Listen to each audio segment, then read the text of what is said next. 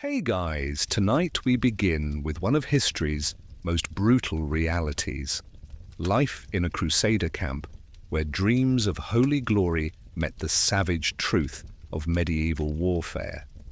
Picture this. You've answered the Pope's call, sold everything you own, and marched thousands of miles to reclaim the Holy Land.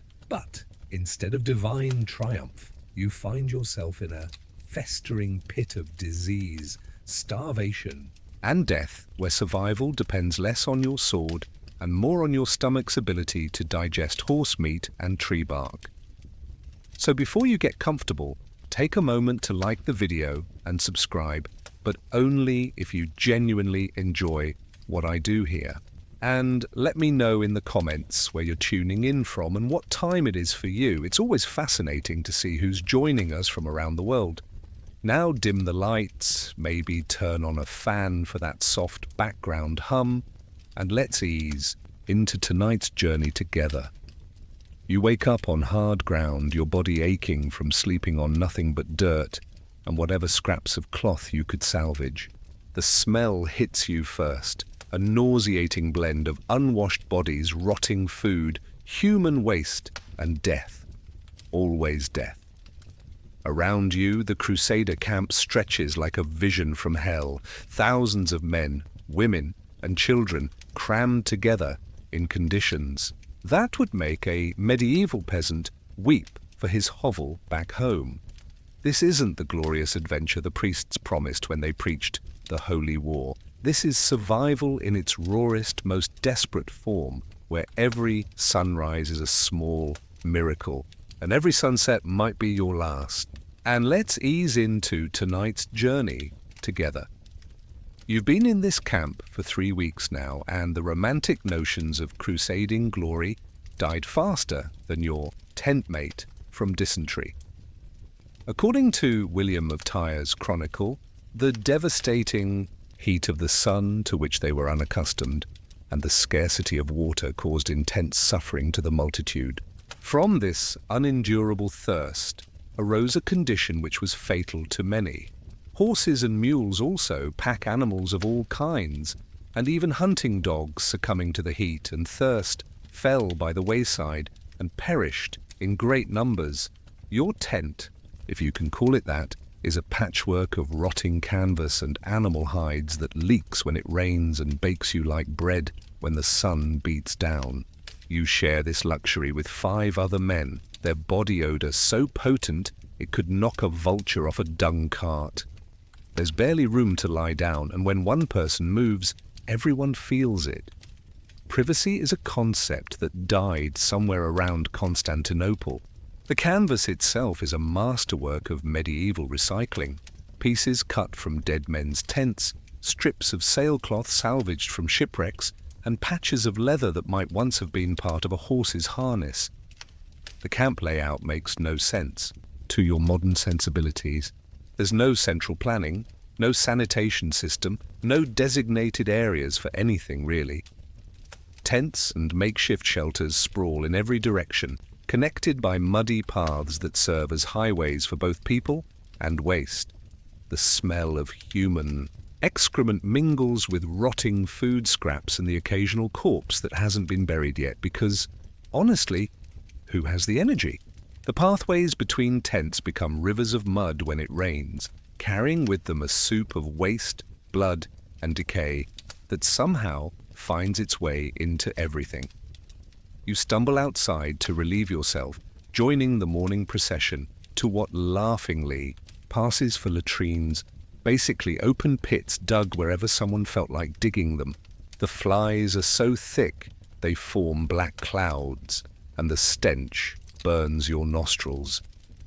This is where dysentery spreads like wildfire, claiming more Crusader lives than Saracen swords ever will.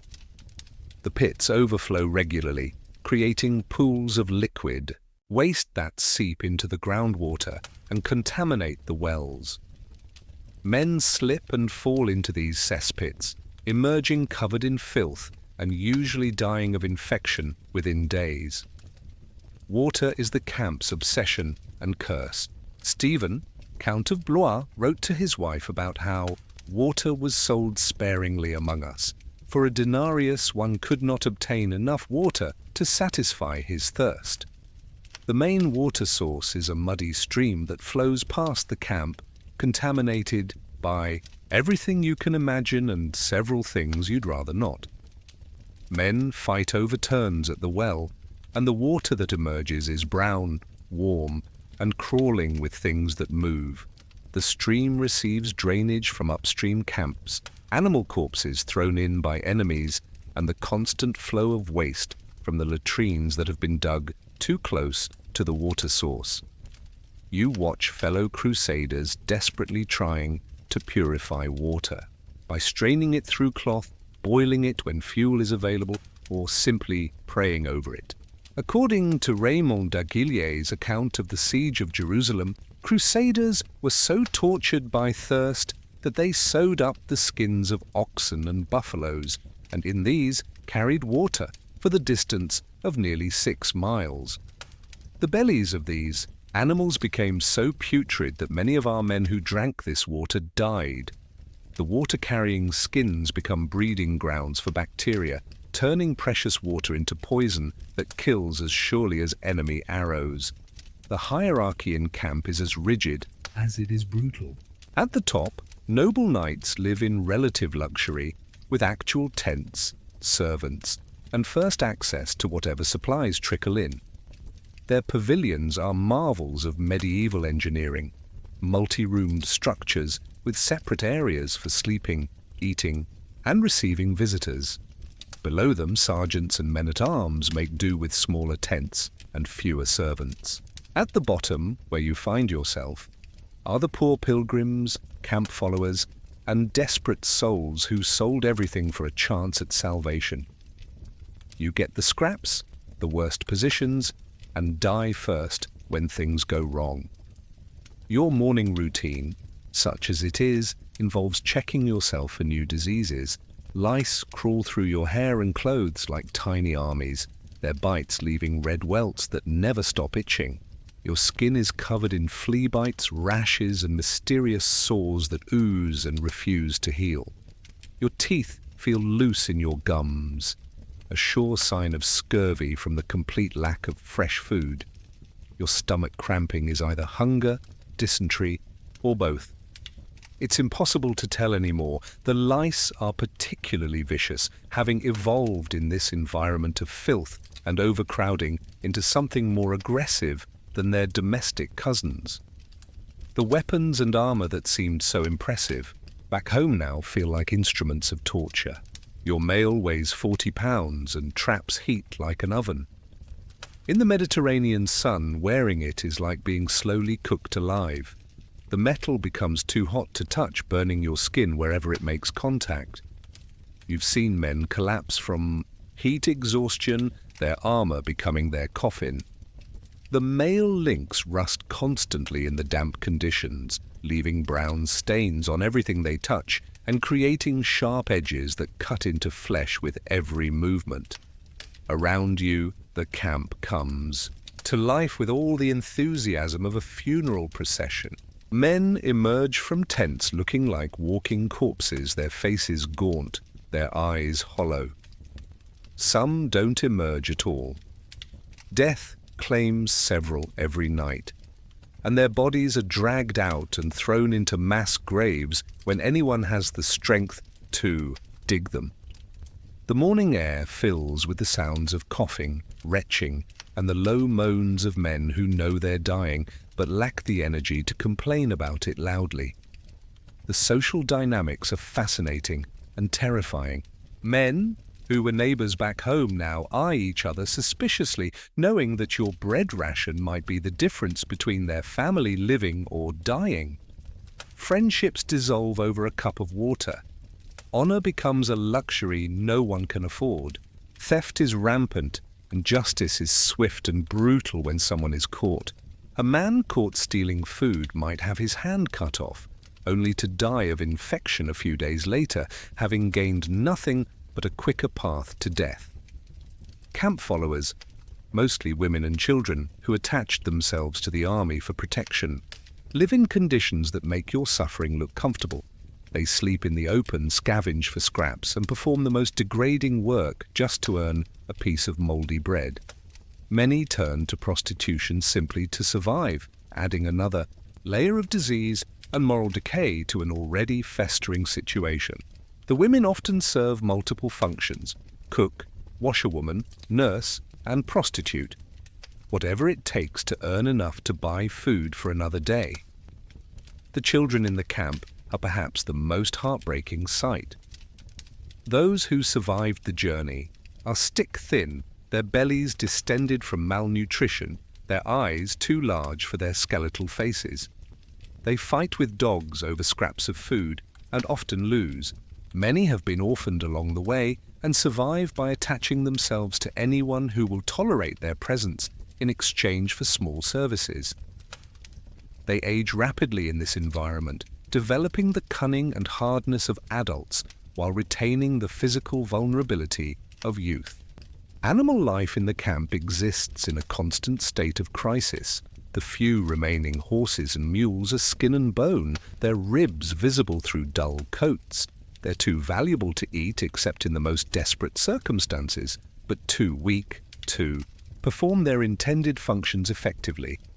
Dogs roam the camp in packs, fighting over scraps and occasionally attacking humans who appear weak enough to be prey. The camp cats, once valued for controlling rodents, have long since been eaten or died of the same diseases that claim human lives. The religious atmosphere is complex and often contradictory. Priests hold services regularly, but the words about God's love and protection ring hollow when surrounded by such obvious suffering. Some men become more devout, interpreting their suffering as a test of faith or punishment for sins. Others lose faith entirely, questioning what kind of God would demand such sacrifice for such uncertain reward. The crosses and religious symbols that once provided comfort now seem like mocking reminders of promises unfulfilled. Vermin control is a losing battle fought daily. Rats swarm through the camp in numbers that would be impressive if they weren't so disgusting. They nest in grain supplies, contaminate water sources, and spread disease through their droppings and bites. Men spend hours each day trying to protect their meager possessions from rat damage, using techniques ranging from hanging food from tent poles to sleeping with one eye open to guard against theft by four-legged thieves. The weather becomes your enemy regardless of season. Summer brings heat that makes armor unwearable and turns tents into ovens. Winter brings cold that penetrates every layer of clothing and makes simple survival a daily challenge. Rain turns the camp into a swamp and ruins food supplies. Wind carries diseases, spreads fires, and makes even simple tasks like lighting a candle into major challenges. Every weather condition presents its own unique set of problems for camp survival. Personal possessions dwindle daily through theft, trade, or simple destruction. The few items you brought from home, a family ring, a religious medal, a knife inherited from your father, become currency in the desperate economy of survival. Each trade represents another step away from your old identity and deeper into the anonymous mass of suffering humanity that makes up the Crusader host. By the end of your first month, you own nothing that connects you to your previous life except memories that grow more distant and unreal each day. Your day begins before dawn, not by choice, but because someone is always dying nearby, and the sounds of suffering don't follow a schedule. According to William of Tyre, so great was the number of the dying that the living were scarcely able to bury the dead. The groans, coughing, and occasional death rattle form the camp's twisted dawn chorus. Death has its own rhythm in the camp, a crescendo of labored breathing, a silence, then the inevitable wailing of whoever cared enough about the deceased to mourn publicly. Breakfast is a generous term for the handful of weevil-infested grain. and piece of bread so hard you could use it as a weapon. If you're lucky, there might be a thin gruel made from whatever scraps the cooks could scrounge. The bread is often mouldy, the grain rancid, but you eat it anyway because the alternative is starvation.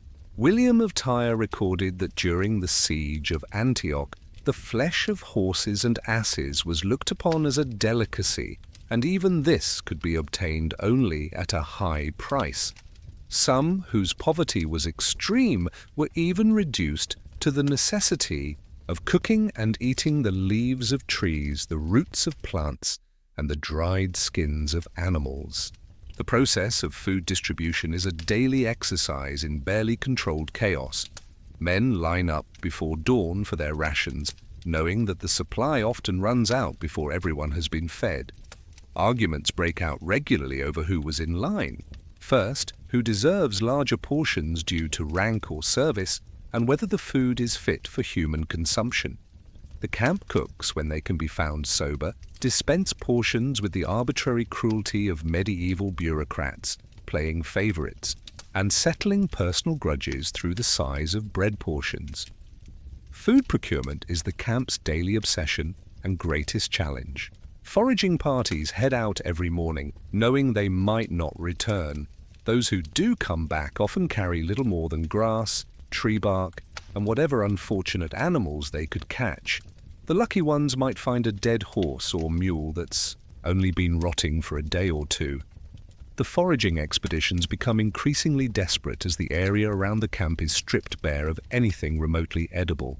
Men compete for the privilege of joining these dangerous missions because the alternative is certain starvation. The cooking areas are scenes from Dante's imagination. Open fires burn with whatever fuel can be found. Wood, when available, dried. Dung most of the time, and occasionally pieces of broken furniture from abandoned settlements. The smoke is thick and acrid, burning your eyes and coating everything in a layer of greasy soot. Pots are shared, never properly cleaned, and the food that emerges is barely recognizable as such. The cooking fires become gathering places for the desperate, where men trade stories, rumors, and increasingly wild plans for finding food. Your work assignments change daily based on the camp's needs and your physical condition. If you can still walk, you might be sent on foraging duty, water collection, or grave digging. If you're showing signs of illness, you're assigned to easier tasks like mending equipment or helping with food preparation. If you're too sick to work, you simply wait to die because there's no medical care to speak of. The work assignments are made by sergeants who care more about getting tasks completed than about the welfare of individual workers. Complaining about assignments is futile and often results in worse duties or reduced ration.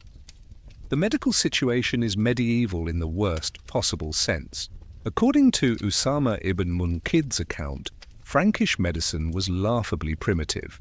He describes watching a Frankish physician treat a knight's leg abscess by taking a sharpened axe and struck the knight's leg with it. The knight died on the spot. Camp physicians, when they exist, rely on prayer, bloodletting, and herbal remedies that are more likely to kill than cure. The few medical practitioners in the camp often do more harm than good, using treatments that weaken already malnourished patients and spreading infections through the use of unclean instruments. Disease spreads through the camp like wildfire, claiming victims with ruthless efficiency. Dysentery is the biggest killer, turning strong men into hollow-eyed skeletons within days. The disease shows no respect for rank or righteousness. Knights die as easily as peasants when their bowels turn against them.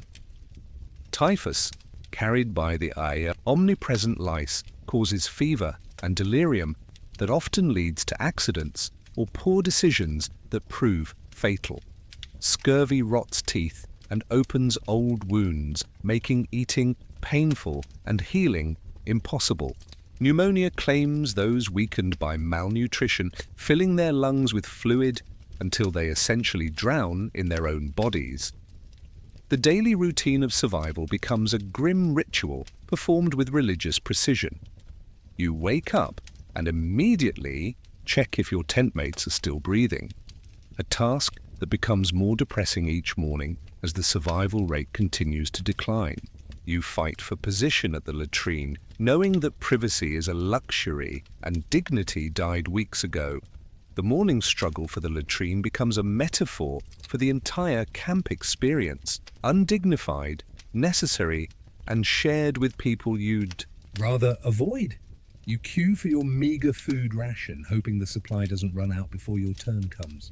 The food line is where most camp politics play out, as men jockey for position, form alliances, and settle grievances through whispered threats and occasional violence.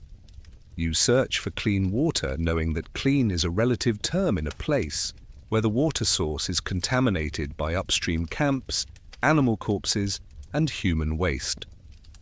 The search for water becomes an all-consuming obsession that drives men to trade valuable possessions for a single cup of liquid that might not kill them. Personal hygiene becomes impossible and then forgotten entirely. There's no soap, no clean water for washing, and no privacy for personal care. Your clothes haven't been changed in weeks and are stiff with sweat, dirt, and worse. The fabric has begun to rot from constant moisture and lack of cleaning, developing holes that provide no protection from the elements. Your hair is matted and crawling with lice that have set up permanent residence in the tangles. Your skin itches constantly from flea bites and mysterious rashes that spread across your body like slow-moving fires. The smell emanating from your body would clear a room back home, but here everyone smells equally terrible. The human nose adapts to constant bad smells, but occasionally a fresh breeze will carry the full impact of the camp's odor and remind you just how far you've fallen from civilized standards. The collective smell of the camp is a unique blend of human waste, rotting food, infected wounds, unwashed bodies, and death that creates an almost visible miasma hanging over the entire area. The psychological toll is perhaps worse than the physical suffering. Men who answered the Pope's call expecting divine favor find themselves in conditions that feel more like divine punishment. Faith wavers when prayers go unanswered, and good Christians die horrible deaths while seemingly suffering for God's glory. Some men break completely, wandering the camp muttering prayers or simply staring into space with vacant eyes. Others develop a hard cynicism that protects them from disappointment, but also isolates them from human connection. Social hierarchy breaks down in fascinating ways. Back home, a nobleman wouldn't speak to a peasant, but in the camp, shared misery creates strange alliances. A count might trade his family ring for a cup of clean water from a common soldier. Knights beg for scraps from camp followers who've learned to hoard food more effectively than trained warriors. The traditional markers of status, fine clothes, good horses, expensive weapons, become meaningless when everyone is dirty, hungry, and dying at the same rate. Entertainment, when it exists, is dark and desperate. Men tell stories of home that become more idealized with each telling, creating fictional paradises that bear little resemblance to the often harsh realities they left behind. Simple games of chance are played with makeshift dice carved from bones. Sometimes human bones, when wood isn't available. Songs are sung, but they're more often laments than celebrations. Mournful ballads about lost love, distant homes, and the growing certainty that return is unlikely. Any distraction from the grinding reality of survival is welcomed, even if it's watching someone else's misfortune. Public punishments become entertainment, with crowds gathering to watch thieves have their hands cut off or deserters receive fatal beatings. The appetite for such spectacles reveals how far the veneer of civilization has worn away under the pressure of extreme conditions. The weapons and equipment that once seemed so important now feel like burdens that serve little practical purpose. Armor rusts in the damp, becomes too hot to wear in the sun, and is often traded for food when desperation reaches critical levels. Swords remain sharp, but hands grow too weak to wield them effectively. Shields become cooking surfaces or shelter. Materials, their original military purpose, forgotten in the face of more immediate needs. The tools of war adapt to the needs of survival, but they're poorly suited to the task. Sleep is elusive and restless when it comes at all. The ground is hard. The air is cold at night despite the daytime heat, and someone is always coughing, moaning, or dying nearby. Dreams, when they come, are either nightmares of the day's suffering or impossible fantasies of home and comfort that make waking even more painful. Most men learn to sleep in short intervals, always alert for threats both human and natural. The constant state of partial alertness becomes exhausting, adding sleep deprivation to the growing list of physical stresses. Trade and commerce exist in the strangest forms imaginable. A man might trade his cloak for a handful of grain, his boots for a cup of wine, or his honor for a chance at survival. The camp economy operates on principles that would seem insane in normal circumstances, but make perfect sense when life itself is the ultimate currency. Prostitution flourishes not from desire but from desperation.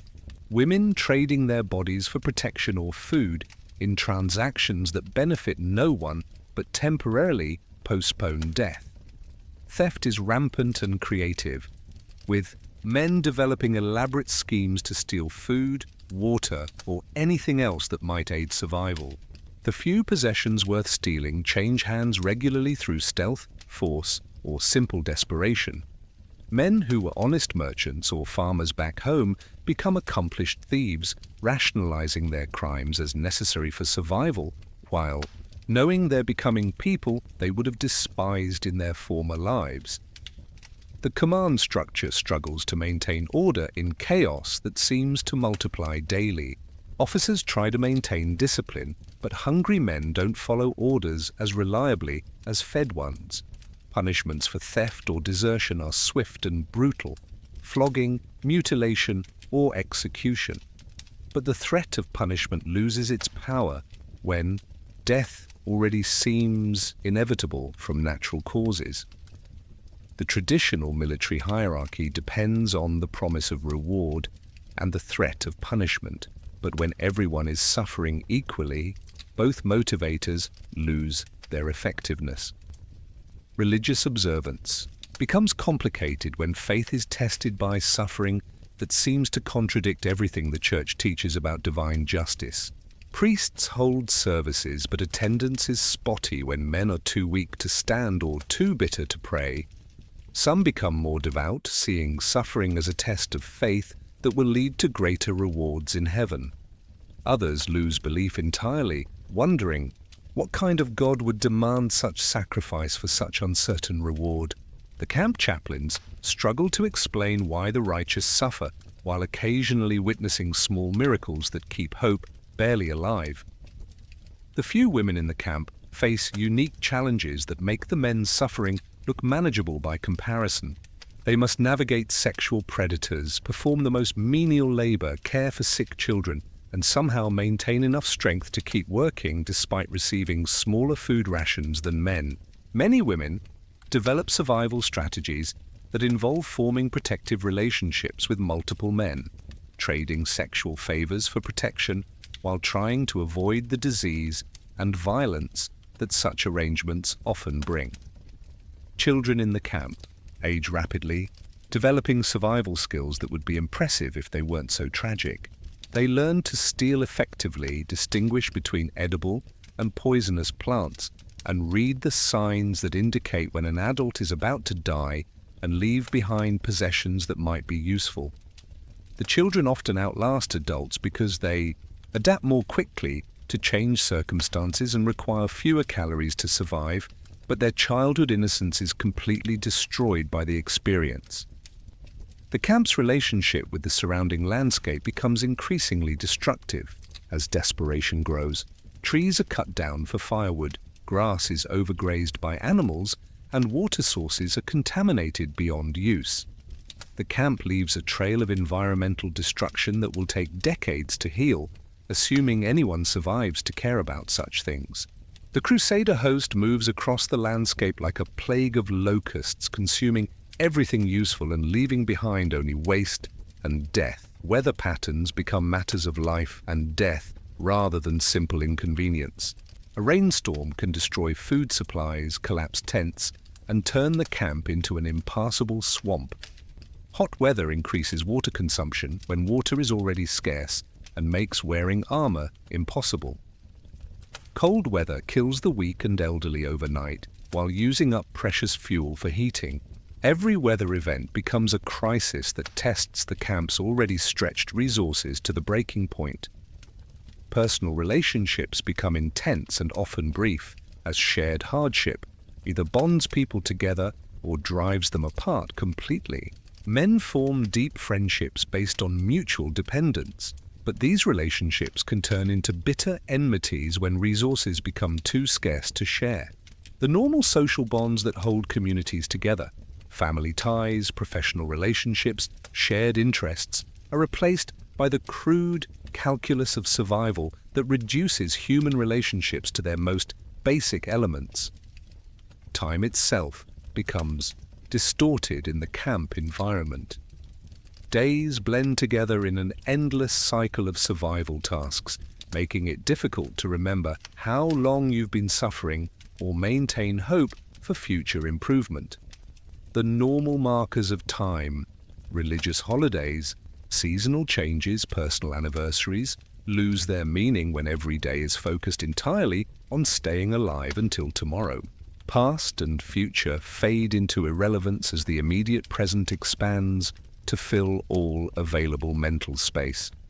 Then comes the siege of Antioch, and everything you've endured so far reveals itself as mere preparation for the real hell that's about to begin. This is what you've marched thousands of miles for, sold everything you owned for, and nearly died dozens of times for. But as you stand looking at the massive walls of Antioch rising like stone cliffs from the earth, you realize that everything you've endured so far was just training for the ultimate test of human endurance.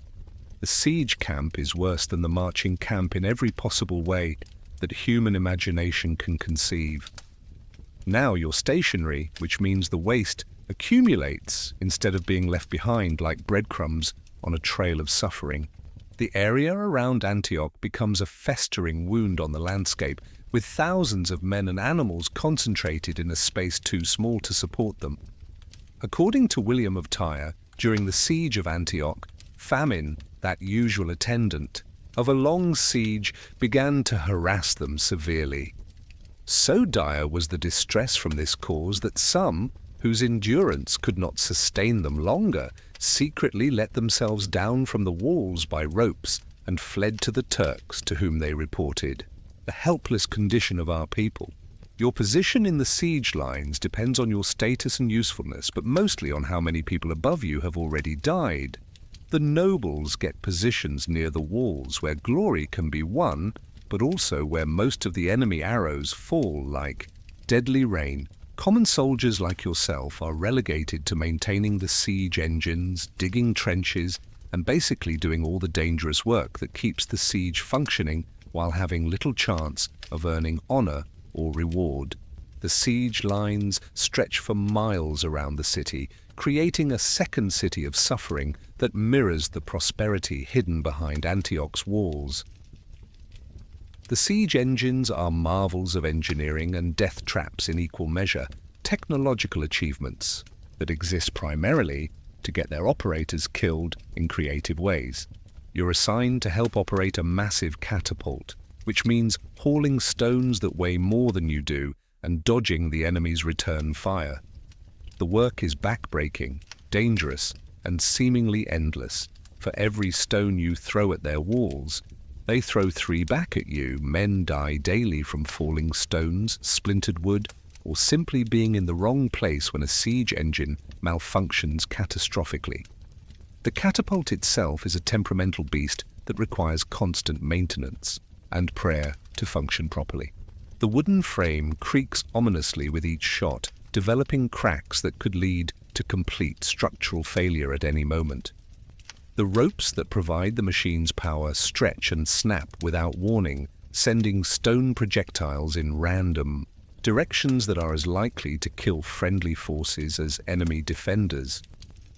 Operating the device requires perfect timing and coordination among a crew of men who are weak from hunger and distracted by the constant threat of death. Food becomes more than scarce. It becomes mythical, the subject of increasingly elaborate fantasies and desperate schemes. The supply lines from Europe were tenuous at best, and now they're completely severed by enemy action and the simple logistics of maintaining communication across thousands of miles of hostile territory. Foraging parties can't venture far from camp without being cut down by Saracen cavalry that appears and disappears like desert ghosts. What little food remains is hoarded by the nobles and sold at prices that would bankrupt a king. William of Tyre recorded the desperation with clinical precision. The condition of the common people, meanwhile, was growing steadily worse. Famine, as has been said, was causing terrible suffering, and there was no source from which they might obtain relief. The flesh of horses and asses was looked upon as a delicacy, and even this could be obtained only at a high price. Some, whose poverty was extreme, were even reduced to the necessity of cooking and eating the leaves of trees, the roots of plants, and the dried skins of animals. The hierarchy of starvation becomes clearly defined through a grotesque progression of increasingly desperate measures. First, the horses and pack animals are slaughtered and eaten, their meat tough and barely edible, but still recognizably food. These provide decent nutrition for a while, though the meat is stringy and has a metallic taste that lingers unpleasantly. Then comes the leather. Belts, boots, harnesses, anything made of hide is boiled into a gelatinous soup that provides some nutrition and the illusion of fullness. Tree bark is stripped from every available tree, boiled until it becomes a fibrous paste that can be swallowed with enough determination. The bark has no nutritional value but fills the stomach temporarily and provides the psychological comfort of having eaten something. Grass becomes a delicacy, fought over with the desperation of men who understand that even worthless calories might delay death for another day. Men fight over the right to gnaw on bones that have already been picked clean multiple times, breaking them open to access the marrow that might provide a few calories. Water becomes more precious than gold, silver, or any earthly treasure that once seemed important. The wells near Antioch are either controlled by the enemy or contaminated by the corpses thrown into them during the chaos of the initial assault.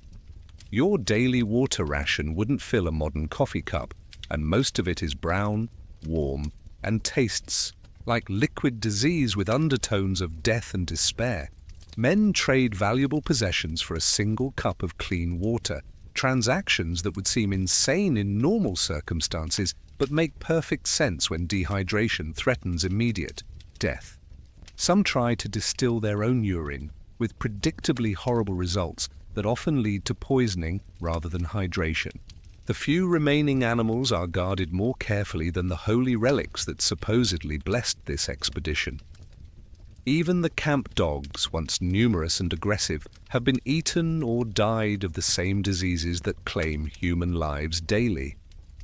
Disease reaches epidemic proportions in the siege camp, creating a medical crisis that would challenge modern hospitals. According to William of Tyre, to this disaster famine was added another far more deadly.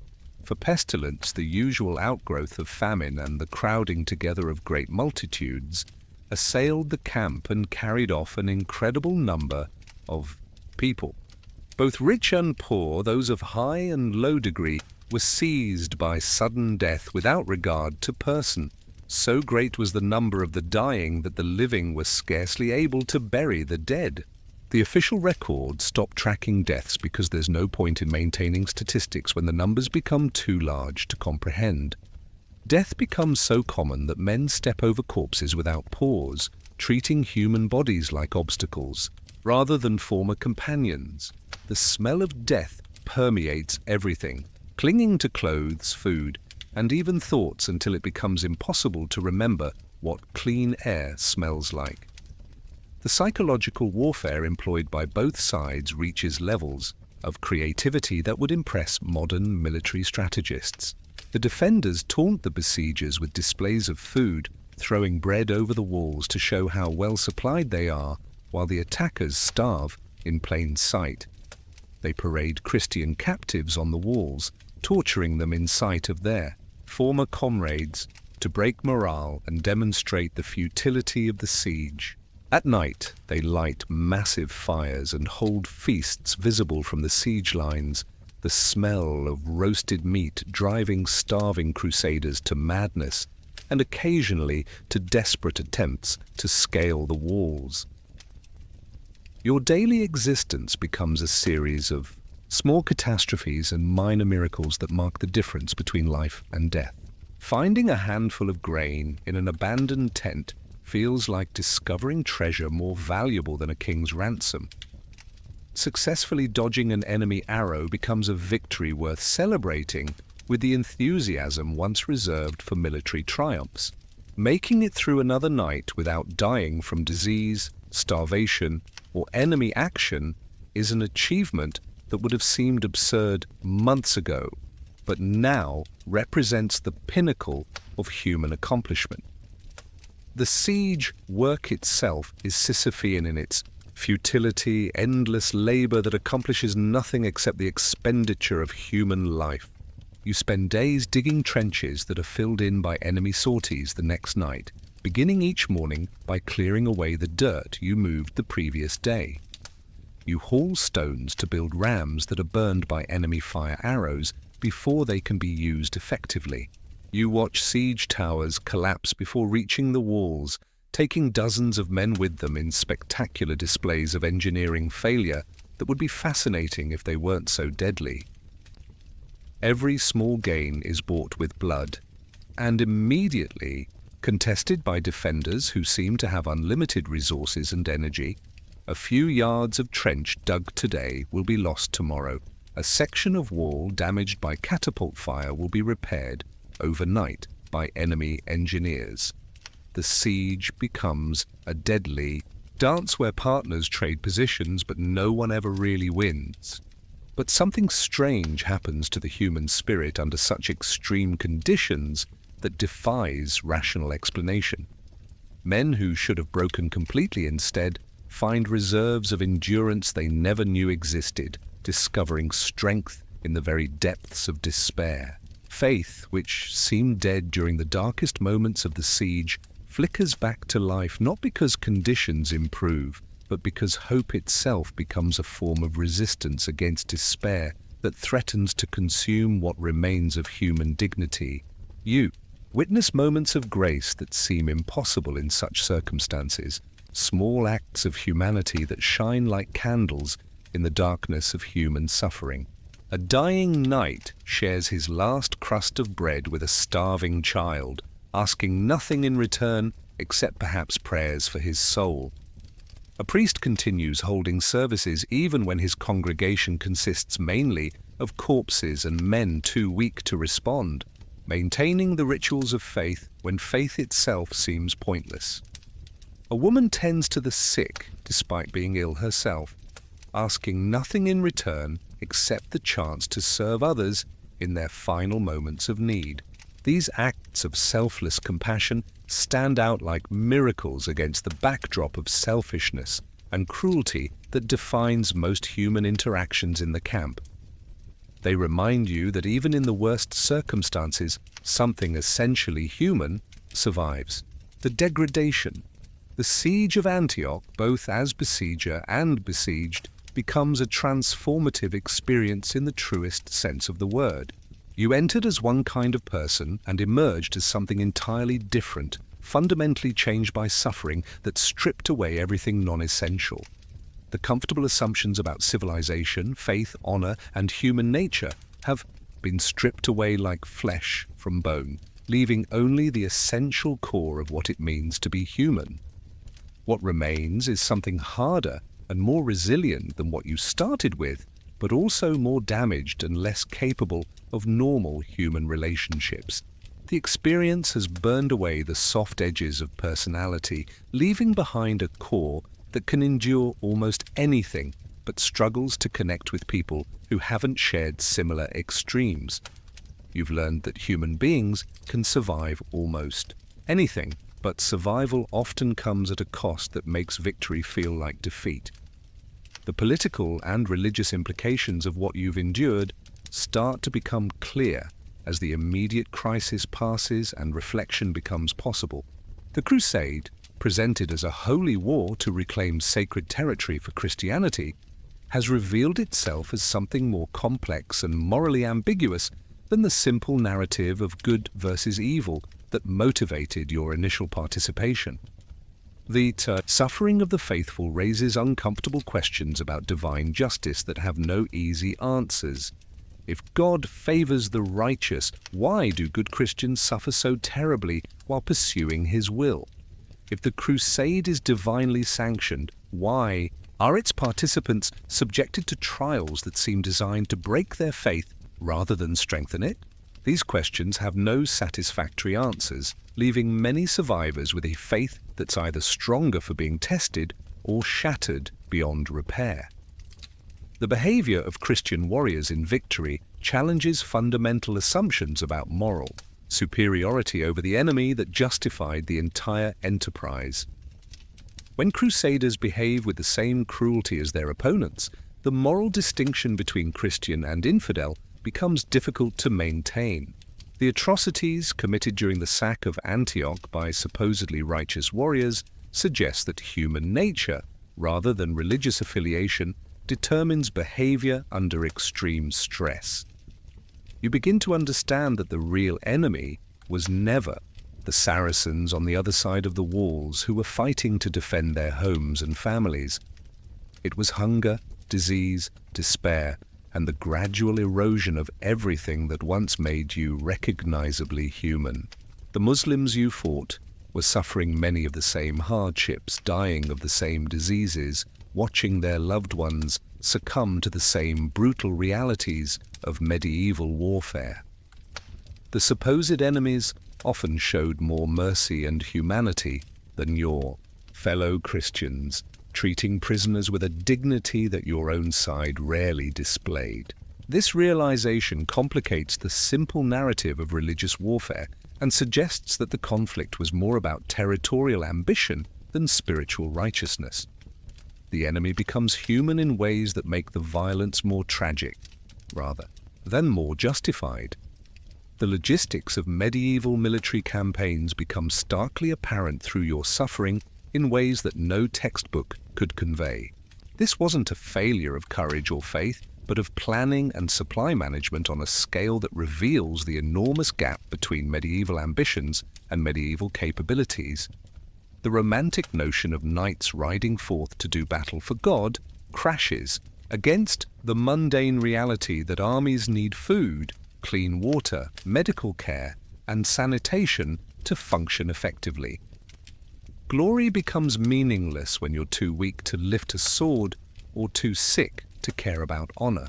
The grand gestures and noble sacrifices celebrated in songs and stories prove irrelevant when faced with the practical problems of staying alive long enough to fight. Military success depends more on logistics than courage, more on supply lines than sword skills. Survival becomes not just physical, but psychological, requiring adaptations that fundamentally change personality and worldview. Men who endure aren't necessarily the strongest or most skilled warriors, but those who can adapt their expectations to impossible circumstances and find meaning in conditions that seem designed to destroy human dignity. You learn to find satisfaction in small victories that would have seemed trivial before, making it through another day, finding a scrap of edible food, helping a fellow sufferer, maintaining some fragment of dignity in conditions designed to strip dignity away. The psychological resilience required for survival comes at a cost that makes normal life difficult to resume. The hypervigilance necessary for camp survival doesn't shut off when the immediate danger passes. The suspicion and paranoia that keep you alive in desperate circumstances make trusting relationships nearly impossible. The ability to compartmentalize suffering that allows you to function becomes an inability to connect emotionally with others. The religious experience of the Crusade proves more complex than anyone anticipated, challenging simple faith in ways that either strengthen or destroy belief entirely. Faith is tested not by dramatic theological challenges, but by the grinding reality of watching good people die horrible deaths for reasons that make no sense within any coherent moral framework. Some men lose faith entirely, concluding that either God doesn't exist or doesn't care about human suffering. Others find their faith transformed into something harder and more questioning than what they started with, a belief system that can accommodate suffering without requiring explanations that don't exist. A few discover a deeper spirituality precisely because they've seen the worst that existence can offer and still choose to believe in something beyond material reality. These different responses to the same experiences reveal the complexity of human spiritual development under extreme stress. Class distinctions that seemed so important back in Europe prove largely meaningless in the face of shared suffering that reduces everyone to the same basic needs. Nobles die as easily as peasants. When disease strikes with democratic impartiality, hunger makes equals of counts and commoners, stripping away the artificial distinctions that society uses to organize itself. Survival skills matter more than noble birth when it comes to finding food or avoiding illness. The siege becomes a great leveler that reduces everyone to their most basic humanity, revealing that beneath the surface differences of rank and wealth, all people share the same fundamental vulnerabilities. This realization can be either liberating or terrifying, depending on whether you prefer the certainties of hierarchy or the uncertainties of equality. Many survivors find it difficult to return to societies based on artificial distinctions after experiencing the democratic nature of suffering. The experience changes your relationship with home and family in profound ways that make reintegration into normal society nearly impossible. Letters from Europe, when they arrive months late, seem to come from another world entirely, where people worry about problems that appear trivial compared to the daily struggle for survival. The concerns of people back home, crop yields, local politics, family disputes, appear as ridiculous luxuries that only people who have never faced real hardship could take seriously. You realize that even if you return home, you'll never really be able to explain what you've endured to people who haven't experienced similar extremes. The gap between your experience and their understanding is too vast to bridge through words alone. They'll listen politely to edited versions of your stories, but they'll never truly comprehend the reality of watching friends die slowly from starvation while maintaining hope for divine intervention that never comes. Yet there's also a strange camaraderie forged in shared suffering that's unlike anything you've ever experienced before the Crusade. Men who've watched each other nearly die, who've shared their last scraps of food, who've held each other while fever raged, develop bonds that transcend ordinary friendship. These relationships, forged in extremity, often prove more durable than family ties or romantic love because they're based on shared experience rather than sentiment or obligation.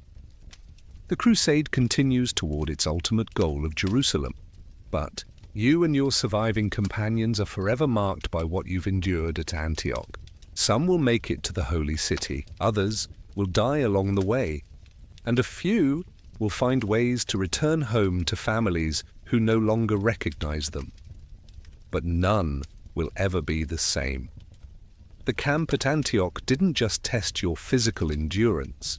It fundamentally altered who you are as a human being in ways that can never be undone. The siege of Antioch wasn't exceptional in medieval warfare. It was tragically typical of what happened when medieval ambitions met medieval logistics. What you've experienced through this narrative represents the normal conditions of military campaigns throughout the period, not an unusual disaster, but the predictable result of trying to maintain large armies far from their supply bases with no understanding of basic medical or sanitation principles. Modern estimates suggest that disease, starvation, and exposure killed far more Crusaders than enemy action ever did, with some historians calculating that for every warrior who died gloriously in battle, dozens died inglorious deaths from dysentery, typhus, or simple starvation. The romantic image of medieval warfare, with its emphasis on individual combat and knightly valor, obscures the mundane reality that most military deaths resulted from the failure to solve basic logistical problems.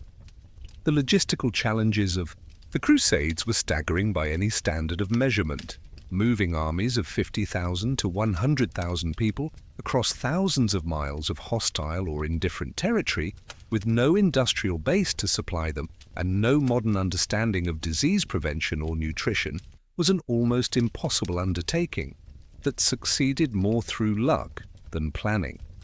That any Crusades succeeded at all says more about the weakness and disorganization of their enemies than about European military prowess or divine favor. Medieval armies consumed enormous quantities of supplies that had to be transported over vast distances using primitive technology. A single horse required 20 pounds of fodder per day, meaning that a modest cavalry force of 1,000 horses needed 10 tons of feed daily. When multiplied by the duration of a campaign lasting months or years, the supply requirements became astronomical relative to medieval transportation capabilities. Medieval medicine offers perhaps the starkest contrast with modern expectations of military medical care. With no understanding of germ theory, no antibiotics, no anesthetics beyond alcohol, or herbal concoctions of questionable effectiveness, and no concept of sterile procedure, medical care often hastened death rather than preventing it. Simple. Wounds became life-threatening infections that killed strong men within days. Broken bones meant permanent disability or death. Surgery was essentially torture that usually killed the patient while providing no meaningful medical benefit. The few medical practitioners available to Crusader armies relied on treatments that seem barbaric by modern standards, but represented the best available knowledge of the time. Bloodletting weakened patients who were already malnourished. Herbal remedies often contained toxins that added poisoning to existing illnesses. Surgical procedures performed without anesthesia or antiseptic technique had mortality rates approaching 100% for anything more complex than minor wound cleaning. The social dynamics of the camps reveal fascinating insights into medieval society under extreme stress that illuminate the normal functioning of feudal hierarchies. The rigid hierarchies that defined European feudalism proved both more flexible and more brittle than might be expected when subjected to the leveling effects of shared suffering. Shared misery could break down class barriers temporarily, but it could also reinforce them as those with resources hoarded them against those without any means of retaliation. The relationship between noble and commoner, normally defined by mutual obligation and legal precedent, became purely transactional in the camps where survival trumped social convention. Lords who couldn't provide protection or sustenance lost the loyalty of their followers, while commoners who possessed valuable skills or resources could temporarily rise above their station. These disruptions of normal social order often created lasting changes in the relationships between social classes. Women in the camps occupied a particularly vulnerable position that reveals much about medieval gender roles under extreme stress. Officially non-combatants with no legal standing or military role, they performed essential functions: cooking, cleaning, nursing, maintaining morale, while having no official status or protection. Recent scholarship suggests their role was far more significant than traditional accounts acknowledged, and their suffering was proportionally greater than that of male crusaders who at least had official status and some protection under military law. The women who survived the camps often returned home with skills and perspectives that challenged traditional gender roles in medieval society. Having managed complex logistical operations, negotiated with military authorities, and survived extreme hardship independently, many found it difficult to resume passive domestic roles. Their experiences contributed to gradual changes in women's status that wouldn't be fully recognized for centuries. The environmental impact of large medieval armies was devastating in ways that wouldn't be understood until modern ecological science developed. A crusading host would strip the countryside bare of food, fodder, and fuel for miles around their route, often causing local famines that lasted for years after the army had passed. Local populations often faced starvation even if they tried to supply the crusaders, simply because the demand so far exceeded local production capacity. The armies moved like locust swarms, consuming everything useful and leaving behind only waste and environmental destruction. Forests were clear-cut for siege engines and fuel, grasslands were overgrazed beyond recovery, water sources were contaminated with human and animal waste. The ecological damage often took decades to heal, assuming the local population survived to begin restoration efforts. The psychological trauma of the crusading experience is only beginning to be understood by modern historians applying contemporary knowledge of combat stress and PTSD to historical sources. What we now recognize as post-traumatic stress disorder was certainly present among survivors, though it wasn't diagnosed or treated by medieval medicine. Many returning crusaders exhibited symptoms that would be familiar to modern veterans: difficulty readjusting to civilian life, alcoholism, depression, violent outbursts, and persistent nightmares. The lack of understanding about psychological trauma meant that survivors received no treatment for their mental wounds, often leading to lifelong disability that affected entire communities. Veterans who couldn't readjust to peaceful life sometimes became bandits or mercenaries, perpetuating cycles of violence that spread far beyond the original conflict zones. The social cost of the Crusades included not just those who died during the campaigns, but those who survived with psychological damage that affected their families and communities for generations. The religious implications of crusading suffering created theological problems that medieval thinkers struggled to address without undermining fundamental church doctrines. How could a just God allow the faithful to suffer so terribly while pursuing his will through holy war? Various explanations emerged: suffering as divine test, punishment for hidden sins, or purification before heavenly reward. But none fully satisfied everyone who lived through the experience or witnessed its aftermath. These theological challenges contributed to growing skepticism about church authority and the gradual development of more complex understandings of divine justice that allowed for human suffering without requiring complete explanations. The gap between promised rewards and actual experiences helped fuel later religious reforms and the eventual development of more nuanced theological frameworks. The economic impact on Europe was enormous and lasting, creating financial innovations that shaped the development of medieval commerce. Financing the Crusades required new forms of taxation, banking, and credit that helped develop medieval Europe's commercial infrastructure and laid the groundwork for later economic expansion. Italian banking houses gained enormous wealth and influence from crusading finance, while new taxation methods strengthened royal authority at the expense of feudal decentralization.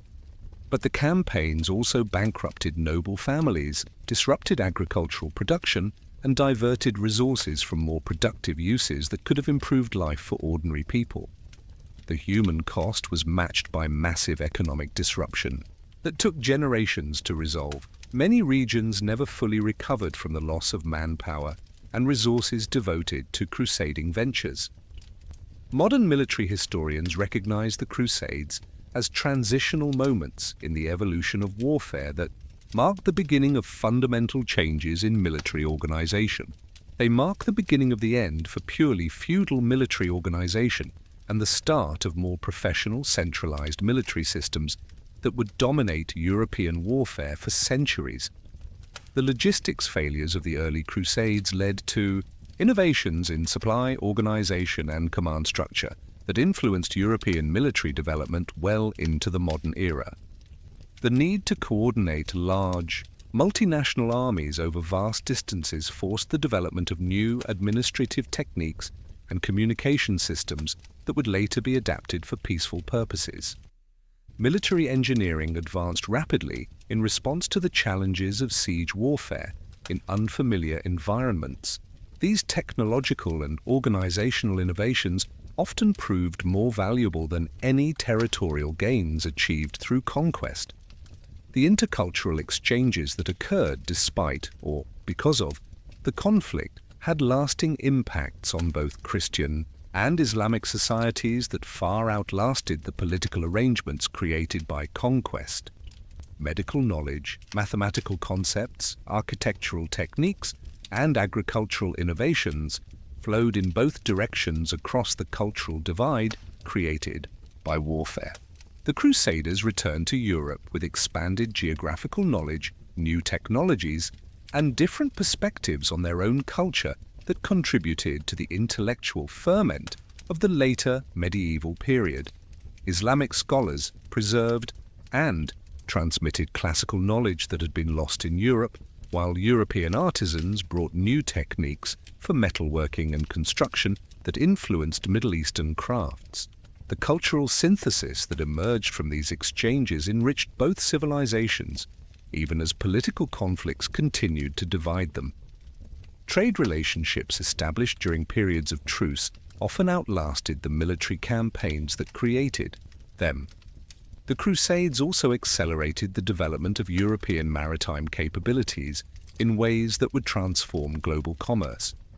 The need to transport men and supplies to the Holy Land drove innovations in shipbuilding, navigation, and port, organization that made later oceanic exploration possible. Italian maritime republics like Venice and Genoa gained enormous wealth and power from crusading logistics, setting the stage for later commercial expansion that would connect Europe to global trade networks. The nautical knowledge gained from Mediterranean operations provided the foundation for later Atlantic exploration and the eventual European colonization of the Americas. The organizational skills developed for managing crusading logistics were later applied to commercial ventures that transformed the European economy and created the first truly global trade networks. Perhaps most importantly, the Crusades represent one of history's great examples of the gap between idealistic motivation and harsh reality that continues to characterize human endeavors.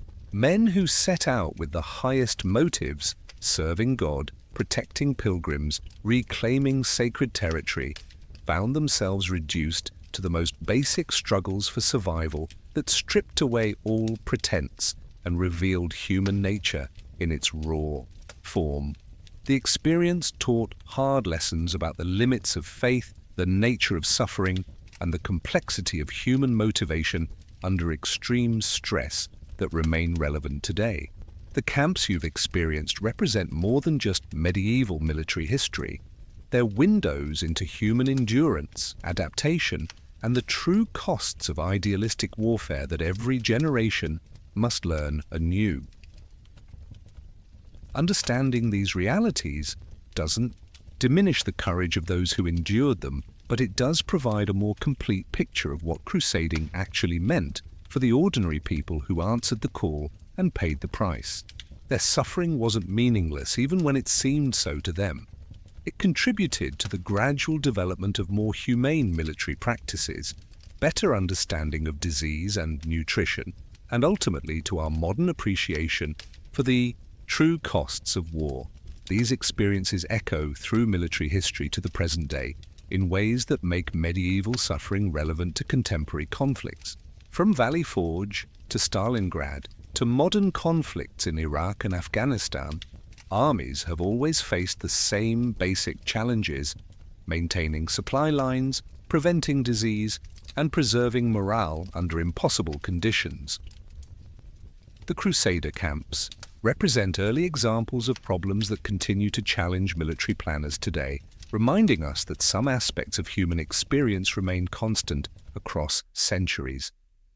The legacy of these experiences shaped medieval European culture in profound ways that influenced the development of Western civilization. Literature, art, architecture, and religious thought all bear the influence of crusading experiences that transformed how Europeans understood themselves and their place in the world. The gap between crusading ideals and realities contributed to growing skepticism about church authority and the gradual secularization of European thought that would eventually produce the Renaissance and Enlightenment. In the end, the story of the Crusader camp is fundamentally a human story, one of ordinary people pushed to extraordinary extremes, finding reserves of endurance they never knew they possessed, and somehow maintaining fragments of dignity and compassion even in the worst circumstances imaginable.